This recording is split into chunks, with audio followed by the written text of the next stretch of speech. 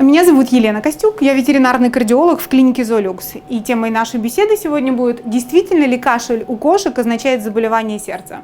К сожалению, нет специфических симптомов сердечной недостаточности у кошек. Но что однозначно известно, кашель, если это хроническая проблема, то есть больше 2-3 недель, вероятность того, что эта проблема связана с заболеванием сердца, минимальна. Кошки кашляют не из-за болезни сердца. Чаще всего это симптом респираторной патологии, то есть заболевания бронхов или легких.